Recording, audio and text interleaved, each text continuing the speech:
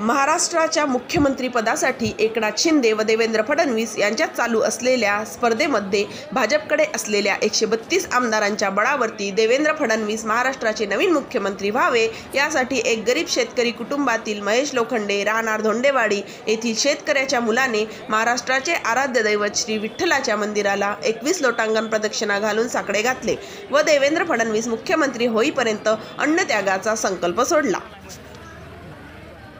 माझे नाव महेश कृष्णा लोखंडे राहणार धोंडेवाडी। महाराष्ट्र राज्याचे देवेंद्र फडणवीस मुख्यमंत्री होण्यासाठी मी विठ्ठलाला 21 प्रदक्षिणा व लोटांगण घातले आहे। जनतेच्या हिताचे गोरगरिबाचे प्रश्न मांडणारे गोरगरिबाला जाणणारे देवेंद्र फडणवीस यासाठी मुख्यमंत्री व्हावे अशी आमची अपेक्षा आहे। त्यांना भरभरून भाजपला भरभरून यश आल्यामुळे देवेंद्र फडणवीस हीच मुख्यमंत्री व्हावे अशी विठ्ठलचरणी मी प्रार्थना केली, विठ्ठलाच्या बरोबर महाआरती केली।